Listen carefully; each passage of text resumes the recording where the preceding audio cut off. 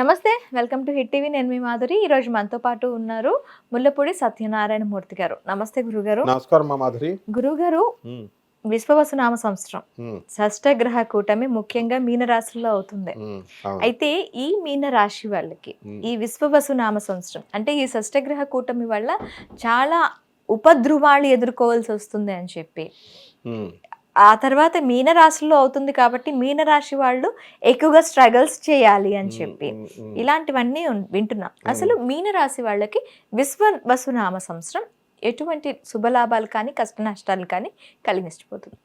మొట్టమొదటిగా మన ప్రేక్షకులకి, మన ఛానల్ ప్రేక్షకులకి, మీకు అందరికీ కూడా నూతన సంవత్సర శుభాకాంక్షలు. విశ్వవసునామ సంవత్సరం.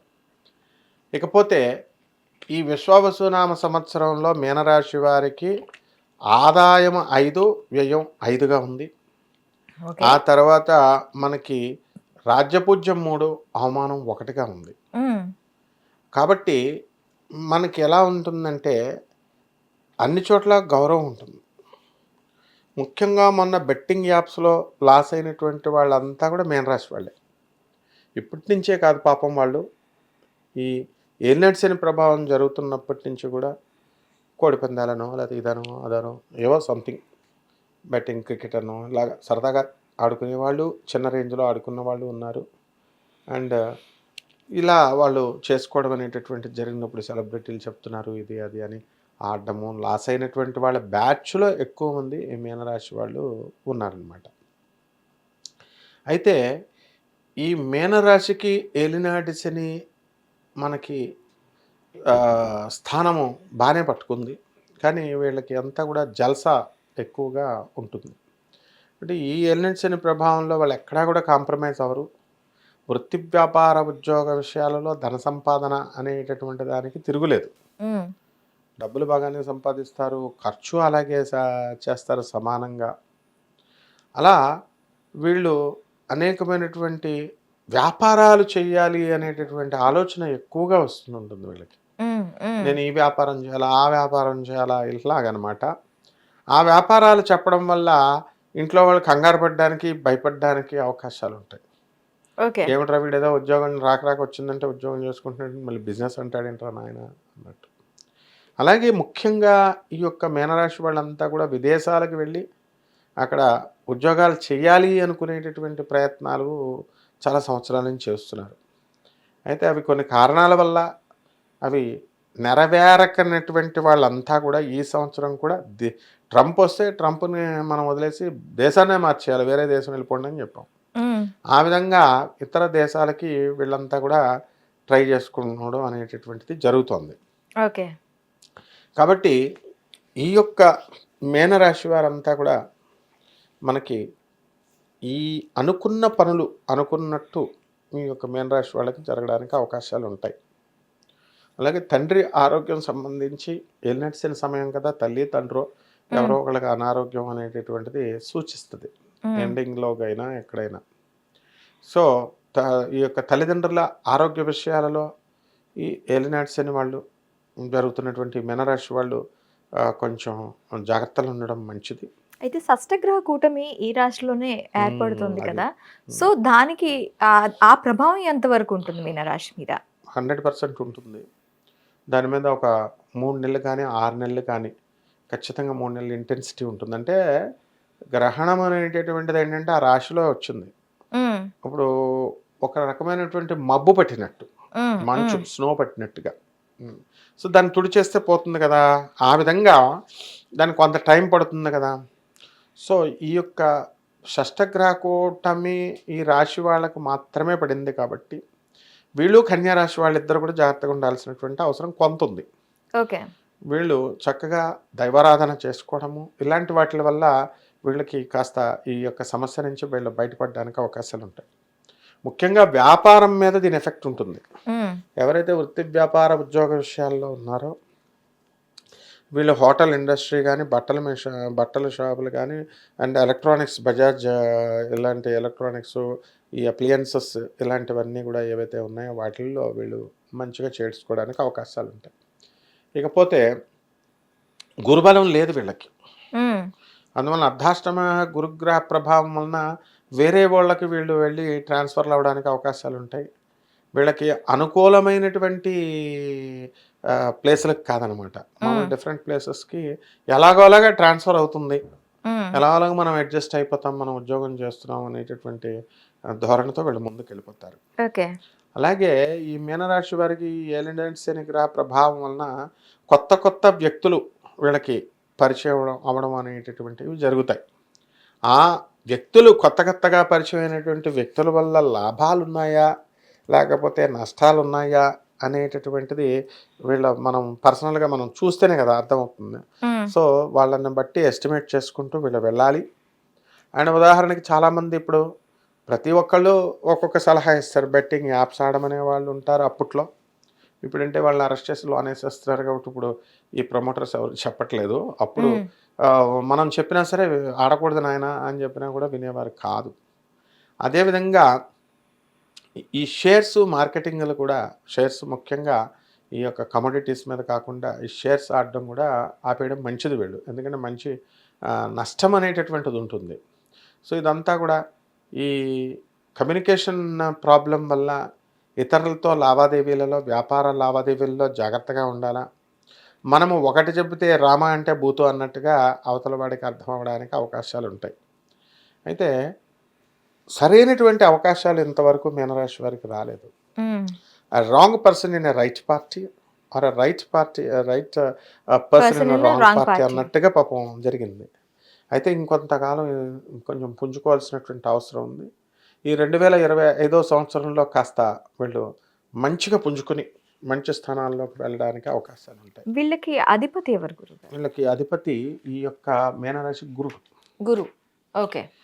అయితే విద్యార్థులు మనం తీసుకున్నట్లయితే విద్యార్థులు హార్డ్ వర్క్ అనేటటువంటిది ఎక్కువ చేయాలి, లేకపోతే ఫెయిల్ అవ్వడానికి అవకాశాలు ఉంటాయి. జనరల్గా ఈ యొక్క మీనరాశి వాళ్ళు ఈ సంవత్సరం ఎలా ఆలోచిస్తారు అంటే, లాస్ట్ ఇయర్ అంతా కూడా మనం ఎదుర్కొండగానే ఉంటారు. ఎదుర్కొండగానే మన స్నేహితుల వర్గంలో కానీ, బంధువుల వర్గంలో కానీ వీళ్ళ యొక్క మంచిని మనం కోరుకుంటూ చెప్పేటటువంటి వాళ్ళు అక్కడే ఉంటారు. ఓకే. కానీ వీళ్ళు వాళ్ళని గుర్తించకుండా, చెడుని మంచి చెప్పేటటువంటి వాళ్ళని గుర్తించకుండా ఎక్కడో వస్తారు, ఎవరో వస్తారు, నా డెస్టినీని మారుస్తారు, నా దీన్ని మారుస్తారు అని అనుకునే విధంగా ఒక ఊహాత్మకంగా వీళ్ళు ఊహల్లోకి వెళ్ళిపోవడం అనేటటువంటి జరుగుతాయి. సహజం అది. కానీ దీన్ని అధిగమించాలి. That's where the success lies. ఎందుకంటే చాలామంది మనకు పరిచయం అవుతుంటారు, చాలామంది వెళ్తూ ఉంటారు. మనం రైట్ పర్సన్స్తో మనం కూడా వెళ్ళాలి. And a foolish friend is dangerous than a wise enemy. ఇప్పుడు మూర్ఖుడైనటువంటి స్నేహితుడు తెలివైనటువంటి శత్రువు కంటే కూడా చాలా ప్రమాదకరం అని చెప్పారు. ఇప్పుడు ఉదాహరణకి ఇప్పుడు మనం పడుకున్నాం, ముక్కు మీద దోమ కొడుతుంది. వాడు ఎలా అంటే మన శిష్యుడు వాడు మా గురుగారినే కొడతాం అని చెప్పి పెద్ద బండ తీసుకొచ్చి దాంతో కొడితే రోకలతో ఆ దోమ ఎగిరిపోతే నా ముక్కు పచ్చడైపోద్ది. ఆ విధంగా ఈ యొక్క మీనరాశి వాళ్ళందరికీ కూడా ఫూలిష్ ఫ్రెండ్స్ అనేటటువంటి వాళ్ళు చుట్టుపక్కల చేరతారు. వీళ్ళ బిహేవియర్ కూడా అలాగే ఉంటుంది. కాబట్టి వీళ్ళు చాలా జాగ్రత్తగా ఉంటూ ఇతరులు చెప్పేది, వైస్ పర్సన్స్ చెప్పేటటువంటిది, experience and the learn persons చెప్పేటటువంటి దాన్ని వినాల్సినటువంటి అవసరం ఉంది. ఇప్పుడు మనము ఈ యొక్క ఇదంతా కూడా గురుబలాన్ని బట్టి ఉంటుంది. మనం రాజ్య పరిపాలన చేసేటటువంటి వాళ్ళని మనం కనుక చూసినట్లయితే ఇండియన్ హిస్టరీ సింధు నాగరికత నుంచి మనం చూసుకున్నప్పుడు ఎక్స్పీరియన్స్డ్ పర్సన్స్ కానీ లేదా లెర్న్డ్ పర్సన్స్ చేసినటువంటి పరిపాలనకి మిగతా వాటికి తేడా కనబడుతుంది.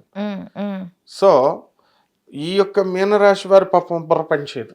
ఇప్పుడు లెక్కలు వచ్చినటువంటి వాడి దగ్గరికి వెళ్తే లెక్కలు మాస్టర్ చెప్తాడు పాఠాలు. లెక్కలే రానివాడి దగ్గరికి వెళ్ళి నువ్వు ఇంటిగ్రేషన్ చెప్పు, మ్యాథ్స్ చెప్పు అంటే వాడు ఏం చెప్తాడు పాపం. ఆ విధంగా ఈ యొక్క మీనరాశి వాళ్ళు కాస్త ఇక డిఫరెంట్గా ఆలోచించడం ప్రారంభించి కొంచెం ఈ యొక్క సంవత్సరంలో ఇన్నోవేటివ్గా ఉండడము ఇవన్నీ చేయాలి. ఇకపోతే రైతులకు వచ్చిన డబ్బు అంతా ఖర్చు అయిపోతుంది. పంటలు పండిస్తారు కానీ వాళ్ళు కమిషన్ ఏజెంట్స్ చేతిలో వీళ్ళు బలైపోవడం అనేటటువంటిది జరుగుతుంది. ఓకే. సో డైరెక్ట్ కస్టమర్కి రైతు బజార్లకు పోయి అక్కడ ఏదో ఇచ్చుకోవడం అలాంటివి చేసుకుంటే సరిపోతుంది వీళ్ళకి. అలాగే ఇండస్ట్రియలిస్టులు ముఖ్యంగా fertilisers and all this textile industries ఈ బిజినెస్లు బాగుంటాయి. అలాగే విశ్వవిద్యాలయాలు, అలాగే తర్వాత ఈ యొక్క revenue, commercial tax, income tax డిపార్ట్మెంట్స్లో ఉన్నటువంటి వాళ్ళకి మనకి ప్రమోషన్స్ అనేటటువంటివి రావడానికి అవకాశాలు ఉంటాయి. అలా రాకున్నప్పటికీ కూడా కాస్త మనము వెయిట్ చేయాలి. అలాగే రైల్వేస్లో పనిచేస్తున్నటువంటి వాళ్ళకి, రోడ్డు ట్రాన్స్పోర్ట్లో పనిచేస్తున్నటువంటి వాళ్ళకి, మున్సిపాలిటీలో పనిచేస్తున్నటువంటి వాళ్ళకి వీళ్ళకి సీట్లు రావడానికి అవకాశాలు ఉన్నాయి. అంటే ఉద్యోగంలో రావడానికి అవకాశం, ఉద్యోగంలో ప్రమోషన్స్ రావడానికి అవకాశం ఉన్నాయి. ఓకే. ఇంకా బ్యాంకింగ్ వ్యవస్థలో ఉన్నటువంటి వాళ్ళు కాస్త జాగ్రత్తలు తీసుకోవాలా. అండ్ సెక్యూరిటీ పెట్టి ప్రతి ఒక్కళ్ళు కూడా అడుగుతూ ఉంటారు. సెక్యూరిటీ పెట్టమన్నారు కదా అని మనం కనుక సెక్యూరిటీ సంతకం కనుక పెడితే వాళ్ళు కట్టడం మానేస్తే మనల్ని పట్టుకుంటారు. సుప్రీంకోర్టు క్లియర్గా చెప్పింది. ఆడ ఐపీ పెడతాడో పెట్టడో తర్వాత సంగతి. ముందైతే మనకు సుప్రీంకోర్టు నోటీస్ వచ్చేస్తుంది కోర్టుల నుంచి. కాబట్టి ఇలాంటి సెక్యూరిటీ ఇలాంటి విషయాల్లోకి వీళ్ళు వెళ్లకుండా ఒక ధర్మబద్ధంగా ఒక పద్ధతిలో కనుక చేసుకుంటే తప్పకుండా వీళ్ళకి గ్రాండ్ సక్సెస్ రావడానికి అవకాశం ఉందమ్మా. ఓకే. అయితే ఏలినాటి శని ప్రభావం, షష్టగ్రహ ప్రభావం రెండు ఉన్నది కాబట్టి మీనరాశికి ఎలాంటి రెమెడీస్ చేసుకుంటే బాగుంటుందంటారు? చాలా అధికంగా ఉంది రెండు ప్రభావాలకు కూడా. ఇంట్లో ఉన్నటువంటి వాళ్ళకు కూడా కాస్త మనశ్శాంతి లేకపోవడము అలాంటివన్నీ ఉంటూ ఉంటాయి. అండ్ భార్య యొక్క సూటిపోటు మాటలు, లేకపోతే ఏదో ఒక రకమైనటువంటి ఇన్ఫీరియారిటీ కాంప్లెక్స్ అనేటటువంటిది వీళ్ళకి ఉండడానికి అవకాశం ఉంటుంది. ఇప్పుడు పరిహారాల దగ్గరికి వచ్చేసరికి మనకి ఈ ఏలినాటి శని బాగా ఎక్కువగా జరుగుతుంది కాబట్టి శని జపం చేసుకోవాలా, శని స్తోత్రాలు చదవాలా, శనికి కిలోంపావు నల్ల నువ్వుల్ని, నల్లని వస్త్రాన్ని పేద బ్రాహ్మణికి శనివారం నాడు ఉదయం 8 గంటలకి దానం చేసుకోవాలా. దశమహావిద్యల్లో ఒకటైనటువంటి బగలాముఖి అమ్మవారి యొక్క హోమాన్ని వీళ్ళు జరిపించుకోవాలా. అదేవిధంగా రావి చెట్టు చుట్టూ వీళ్ళు ప్రదక్షిణాలు చేసుకుంటూ నీళ్లు పోస్తూ బెల్లం మొక్క నైవేద్యం పెట్టి వీళ్ళు చేసుకోవచ్చు. అలాగే నవగ్రహాల చుట్టూ వీళ్ళు తిరగవచ్చు. నవగ్రహాలకి మన చేతులతోనే ఓం శనైశ్చరాయ నమః అంటూ నూనె శనీశ్వరుడి పైన వెయ్యొచ్చు. అయ్యో ఆడవాళ్ళు మీరు వేయకూడదు, మీరు చేయకూడదు అనేటటువంటి వాళ్ళకందరికీ జవాబు నార్త్ ఇండియాను చూపించడమే. నార్త్ ఇండియాలో లేడీస్ మీరు చూడండి, వాళ్ళు ఇలా చెంగేసేసుకొని వచ్చేసి శనీశ్వరుడు చేసేసి వాళ్ళే చేసేసుకుంటారు. ఓం నమ శివాయ అంటూ వాళ్ళు శివుడికి చక్కగా వేసుకుంటూ. శని సింగనాపూర్లో కూడా లేడీస్కి ఎల్లో లేదు కదా. అంటే నార్త్ ఇండియన్ ప్లేసెస్లో అది వెస్ట్ ప్లేస్ కదా అది. సో మనం ఒక పడమర ప్లేస్ అది. కాబట్టి బయట అంటే అభిషేకం చేసుకుంటామని ప్రత్యేకంగా అభిషేకం చేసుకున్న వాళ్ళు రానివ్వరు. మామూలు నవగ్రహ ప్రదక్షిణాలు చేస్తూ ఉంటారు కదా, అక్కడ వాళ్ళు వేస్తూ ఉంటారు అన్నమాట ఇలా తిరుగుతూ. సో ఓం శనేశ్వరాయ నమః అంటూ అభిషేకాలు చేయాల్సిన పనే ఉంది. ఓం శనేశ్వరాయ నమః అంటూ వీళ్ళ మంత్రజపం చేసుకుంటూ, అలాగే రావి చెట్టుని మనం చూసుకొని ఆ రావి చెట్టుకి లేదా జమ్మి చెట్టుకి వీళ్ళు చక్కగా నీళ్లు పోస్తూ ఏదో ఒక చెట్టు, ఆ ఊర్లో ఆ చెట్టు ఉండాలి కదా, రావి చెట్టు దొరకని వాళ్ళు జమ్మి చెట్టు దొరకని వాళ్ళు రావి చెట్టు, ఇలా ఆ రెండు శనీశ్వరుడికి సంబంధించినవి కాబట్టి ఆ నీళ్లు పోసేసి చక్కగా శనీశ్వరుడి చుట్టూ ఓం శనైశ్వరాయ నమః అంటూ కనుక చేసినట్లయితే జగద్గురువైనటువంటి ఆ శనీశ్వరుడు తప్పకుండా మీనరాశి వాళ్ళని ఆశీర్వదిస్తాడు. కాస్త వీళ్ళకు ఉన్నటువంటి శని పీడ పోతుందమ్మా. Thank you. ధన్యవాదాలు.